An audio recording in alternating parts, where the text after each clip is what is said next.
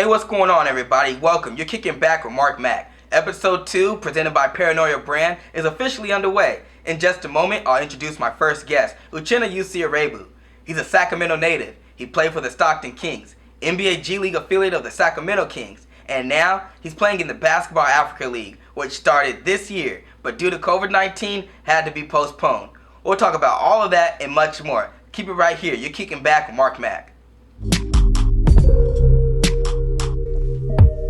I've been riding around with my blunt on my lips, with the sun in my eyes and my gun on my hip. Paranoia on my mind, got my mind on the fritz. But a lot of niggas dying, so my 9 with the shit. They murking kids. They murder kids here. Why you think they don't talk about it? They deserted us here. Where the fuck is Matt Lauer at? Somebody get Katie Couric in here. Probably scared of all the refugees. Look like we had a fucking hurricane here. Are we shooting whether it's dark or not?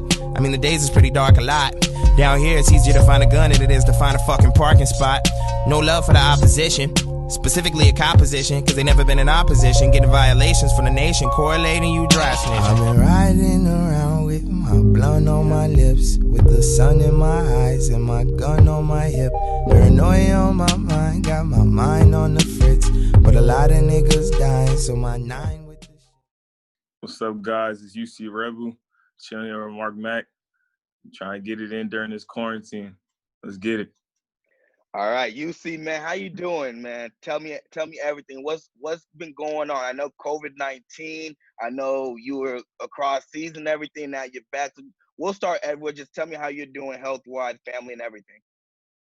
Health-wise, man, by the grace of God, I'm doing good. Trying to stay like as away from people as much as I can right now. It's kind of tough though with basketball because I kind of naturally have to be around people, especially when I'm working out. But trying to take all the necessary precautions, especially we got grandpa at the house and we got mom and dad's here, so not trying to do anything too crazy. Try to keep them as safe as possible. But yeah, man, just gonna stay with the fam, quarantine as much as I can while still getting it in because the grind never stops. So. Never stops, man. Not even after quarantine and COVID kind of stopped everything. So just tell me how that affected you. I mean, I know you guys were kind of in the full swing of things. So just kind of explain that and how that's affected you. Well, for me, it was crazy because when everything kind of started shutting down, I was like 3 days away from leaving. So I signed with the team in the BAL. That's the NBA's new league in Africa. And I was supposed to head out to Nigeria. It was supposed to be a really dope opportunity, a 12-team league all across Africa. So I was excited for that. And the league was supposed to start in March. And, that's when March is when the NBA shut stuff down and when everything really the dominoes started falling. So I was like, man, 3-4 days away from leaving. And leaving right when Corona was really starting to go crazy would have been really bad. You know what I'm saying? Not being at home, not being in a different country. So I was at least happy that I didn't leave before all this stuff started happening. But, yeah, so it affected me because the season, right now is postponed. It hasn't technically been canceled, kind of like the NBA. But, yeah, I mean. Well, that's always good that it hasn't been canceled officially. That's just been postponed. Exactly. So that's good news. But for those who don't know, the Basketball Africa League, it was started in partnership with the NBA about, I would say, went into effect officially around last year, All-Star break time. And its inaugural season was supposed to be this year. But of course, with COVID-19, and that's crazy, man. So you said just a few days before you were getting ready to head out, that's when everything shut down. And that's when they said, no, you got to stay home for precautionary measures, right? I'm talking 3 days, 2-3 days. Bags was packed type. Ready to go. Man, ready to catch that flight. Yeah, I was ready to be out. Man, so have you heard any timetable as far as when it's going to be safe to go back or when they're going to reschedule everything? Because you see with the NBA that they're in full swing and July 30th is the start date for everything. So what's the word on the BAL? Right now, to be completely honest, it's not much. Everybody, not even just the NBA, but leagues around the world were kind of waiting to see, or sorry, not just the BAL, but leagues around the world were kind of just waiting to see what the NBA would do. to kind of try and gauge how they would handle it. And you see the NBA, it's even gonna be tough for them. I mean, they got the bubble that they're gonna do, and nobody's allowed in. And to be honest, personally, I feel like they're the only league that could really do something that drastic. But the NBA has another league, the G League, of course, and they've talked about pushing that back to maybe December, January. So right now, I haven't heard much about what the BAL looks to do, but if anything, I'm thinking they might be in line with the G League. But honestly, nobody knows for sure right now. It's up in the air, man. So let's talk about that a little bit. You spent some time in the G League. You had a stint with the Stockton Kings. Tell us about that and that experience. That experience was dope, man. First professional experience right out of college, and Stockton Kings, playing Stockton 45 minutes away, but the practice and live in Sacramento, so it was almost like playing for a hometown team. And I was able to play with a lot of really good players and really get my feet wet playing professionally. Especially for me, the G League, I mean, the proximity to the NBA is crazy. Like, people are getting called up left and right. There's first-round draft picks that are down there playing G League. So for me, a real big confidence booster. And from there, just been continue to grow and build my confidence. So it was a dope experience. Who are some of your biggest influence? Obviously, outside of your brothers, but when it came to hoop, who did you model your game after? Man, it's probably been like 10 different players over the course of my life. It's crazy. So Vince Carter just announced his retirement a couple of days ago, but when I was like 6', 7, I don't know who it was, but whatever doctor told me I was gonna be 6'6". I'm like, okay, this basketball stuff, I just want to dunk on everybody. So Vince Carter, I'm gonna be Vince Carter. You know what I'm saying? And once I learned that I probably wasn't gonna be that tall, I was like, okay, let me start watching the guards.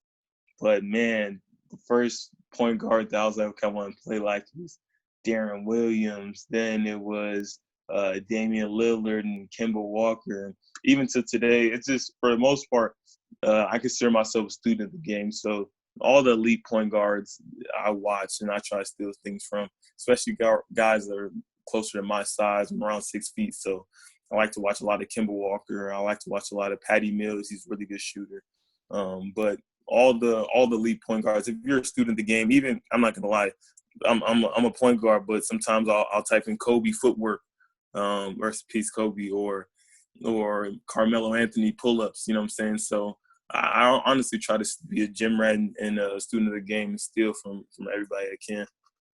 I mean, when you look at all the greatest that came before you, I mean, that's pretty much the name of the game. You got to look at what everybody does great in their own right and take a little piece of everybody, and that's how you're going to be the best version of yourself.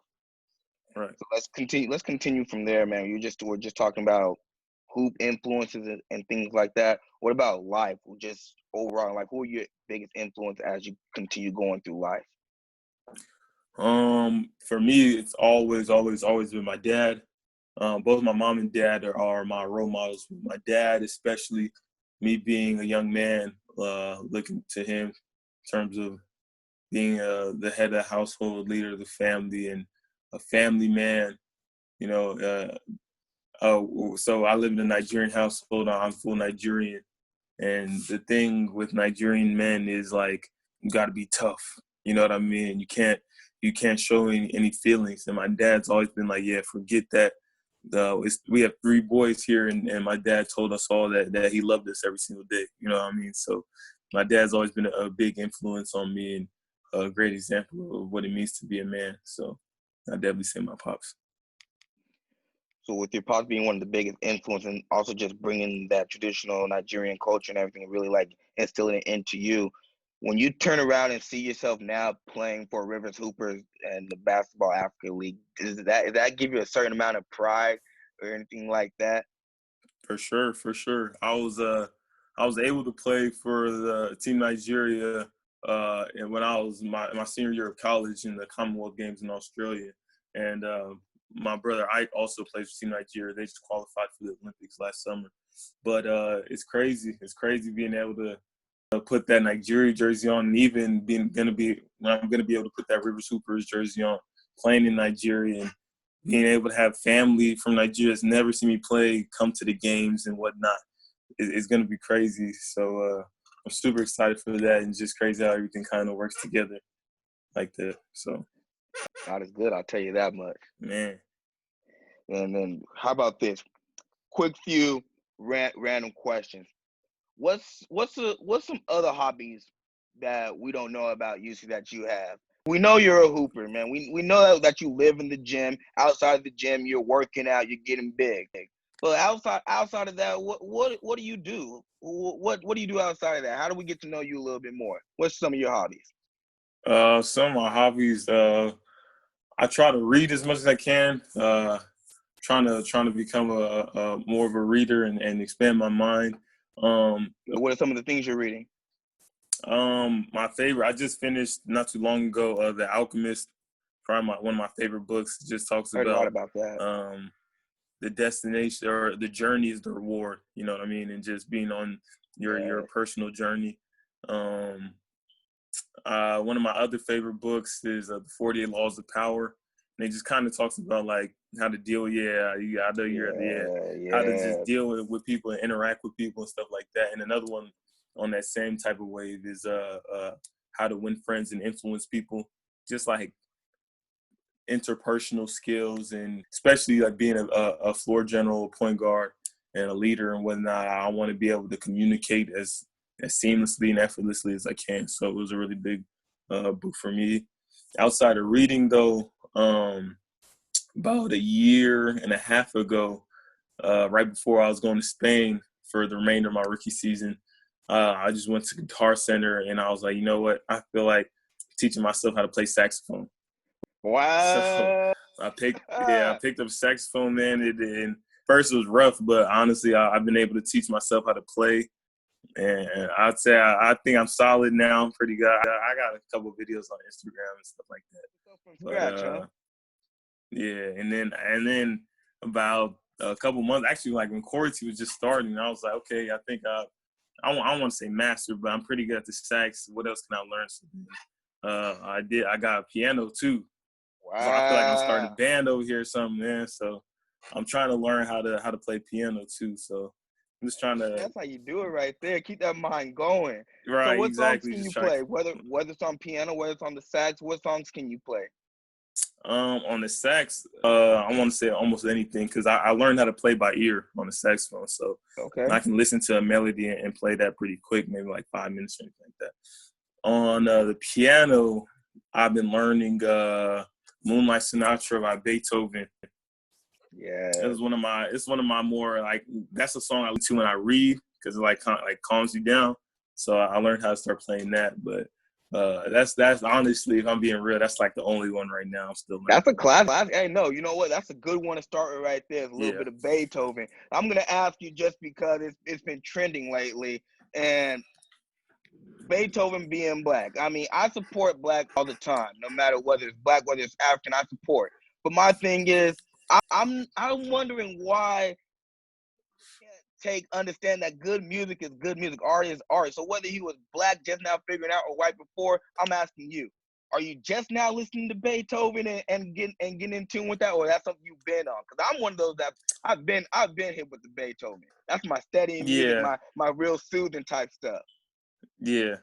Nah, it was kind of funny seeing, not funny, but it was interesting seeing that people would say like Beethoven was black. And I need to do my research more, and I don't know if it's true or if he was just saying that. But for me, it was random. Like literally, I was reading, and I was like, okay, let me like go on YouTube real quick and type in something. So I just typed in classical music for reading, just because I wanted to kind of get something in the background. And that was the first song that came on.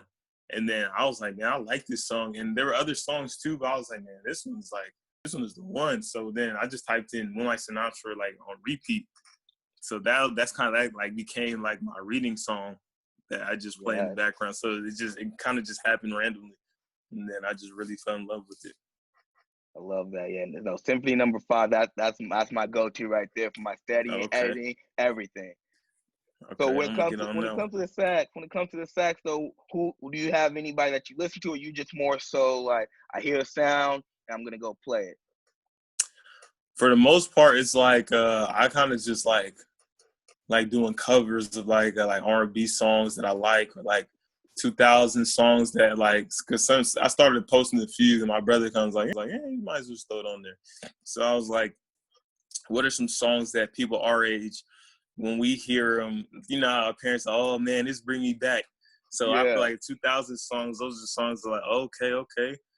So I kind of like to stay in that lane right there. I don't really, I do like jazz music, but I'd be lying if I say like a lot of like the OG jazz guys had a big influence on me. I kind of just like to stay with the R&B vibes and stuff like that. So, I'm already knowing. So what do you think about Masego? He's a sax player as well in man, his music. bro, know that video he recorded with that one other white dude, but they were Sit just, down. bro, that honestly, that was one of the videos like, okay, I'm gonna go get a sax. Like literally, that video was so fire. It's smooth, man. It's some player shit. I'll tell you that. Right, for sure. So look, man, as we get to wrap this up, man, I appreciate your time. One last thing, what's something that UC wants the world to know about him that we don't already know? Something that UC wants the world to know. Honestly, when it's all said and done, the only thing that I want to be known about me is that I was a man of God, and that I just didn't quit. I just didn't give up. You know what I'm saying? I have big dreams, big goals, and I'm confident I'll achieve them. And then when I get to that point, and people kind of ask like how they do it, I just want people to know, and I want to be able to inspire people and say, whatever you want to do, just don't quit, keep going. Simple as that. It sounds simple, but I feel like it's kind of profound when you face those tough times, when you feel down, like when you feel like quitting, crying, giving up. It's okay to cry, it's okay to whatever.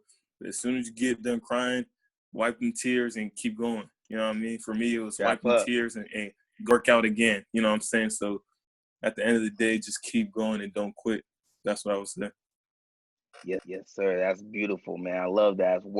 Wise words from a wise brother, man. You see, Uchenna Iroegbu, appreciate your time, brother. We'll definitely have to do this again. We'll have to run it back once we figure out what's going on in this world, you know. For sure, bro. No problem.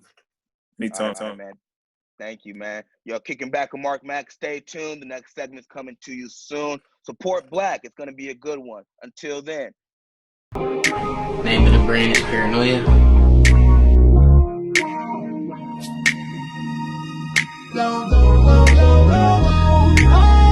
Just a touch of love.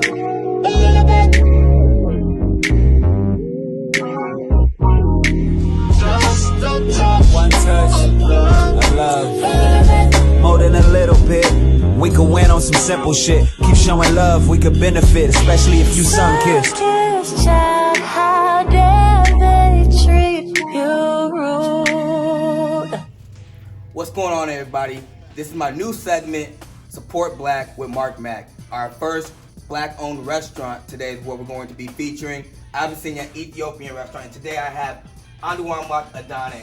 How you doing, man? I'm doing great, man. How are you? I'm doing well. So just tell me about the restaurant, how long you guys been here, you guys' location and everything. So we're located on Fulton and Hurley, right between Arden and Hurley on Fulton Avenue. Been open for about 7.5 years now. We opened in August 4th, 2012, when I was right out of high school. And so going through college and stuff like that, just been working here. And I'm just kind of just going on my career path as a philanthropist now. And we're gonna get into everything your philanthropy. You told me you're the founder of IMI. A little bit later, you'll get to explain what that is. Yeah. But right here, tell us a little bit about what Abyssinia has to offer with the food. We already talked about that Ethiopian style, so it's traditional. And this is what I think Sacramento, not only just as Black people, as Africans, but as every other culture. If everybody is saying that they want to really invest in our culture, as the Black culture, the African culture, well, this is it right here. Exactly. Traditional stuff. So just enlighten those who don't know, those who do know and want to try. Abyssinia because they've never been. Tell us what we have right here. Alright, so basically Abyssinia is kind of like the best restaurant in Sacramento, okay? It's simple, it's not as fun. But alright, so this is... You can flex a little bit, yeah, it's okay, yeah, it's okay. Yeah, alright, so basically this is Ethiopian food, alright? So you eat with your fingers, you got bread as your utensil. You know what I mean? The same way as Mexicans have tortilla with their tacos and stuff like that and burritos, we have injera. Gotta roll the R a little bit, alright? That's what this is That's right what here. this is, and it's also underneath, holding everything intact here. So you got your lentils, your stews, your stir fry in the middle, and with everything around here, the bread kind of keeps everything intact, so it doesn't get, like for example, the greens doesn't get into the minced beef or the stir fry here. You know what I'm saying? And the stir fry, fire. Alright. This whole thing looks fire, man. Yeah. When do we get to dig in? When do we get to start? Man, Where do we I'm start? trying to dig in right now. All right, you show me the ropes, and we'll talk a little bit about everything and why we're here and why it's important to support each other Exactly. and the whole nine. Yeah. Y'all stay tuned. Kicking back with MarcMack. Alright, I'm just gonna kind of unravel a piece of injera here. Tear off half, because this is kind of what I like to do. You know what I mean? I like to tear off half because the palm size is just already in the first tear. You know what I mean? So, alright, I'm gonna go with the fish. Alright, I'm gonna go with the fish because it's growing on me. You know what I mean? You just make a little small pinch it with your, you know what I'm saying, fingers. Just like that, huh? Tear it up like that, I'm man. gonna go right here with it. Yeah. Just get in there. Just like this, huh? It's just like that. Yeah. That's it. And I know y'all behind the camera, you know, I'm sorry, you know, but This is fire. Yeah. And everybody behind the camera, y'all gonna get yours too. We're gonna share. Sharing is Yeah. sharing around here. But most importantly though, and this also ties back into what we're all about. You know, in Ethiopian culture, you eat as a family. That's why the mess up here is that why we put it in this video for you, because everything you see, you got different entree and dishes. I'm gonna have, you know what I'm saying, on the side of the cheek a little bit. Take your time. Take your time. Mhm. Take your time.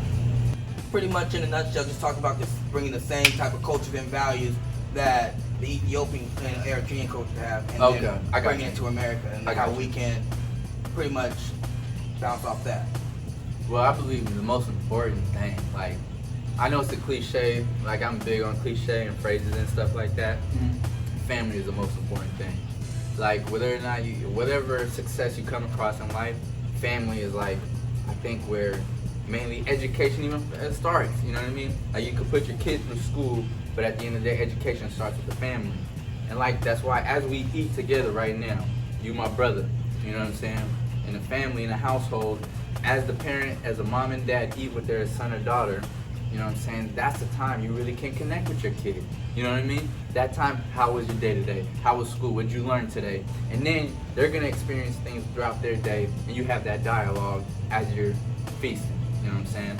And basically, that thing is what I like. Those core values is all I'm trying to promote. You know what I'm saying? That's why I'm here with you. You know what I'm saying? Because you represent those same core values. What are the three things you live by, I would say?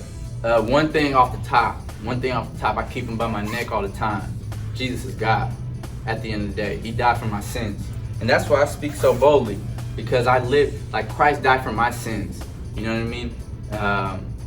And that's why at the end of the day, I give my courage through Him. I give my words, I give everything to Him. So that's one of the most important things. Second of all, financial literacy. I need everybody, I need all my people to know about how they're paying taxes, where their tax dollars are going. I need them to know about financing, financing for a house or a car. You know what I mean? Warren Buffett, for example, rich as he is, he still buys a used Lincoln. But yet, us brothers would want to buy a nice little foreign. You know what I mean? A foreign from Europe. German engineering, right? But what's wrong with Japan's Honda Civic? What's wrong with their Toyota? You know what I'm saying? Gas, economically efficient, you know what I'm saying? Reliable, but we still would want the foreign. We want, okay, get the women, but I promise you, you'll get that, but it's not real wealth. It's not real wealth.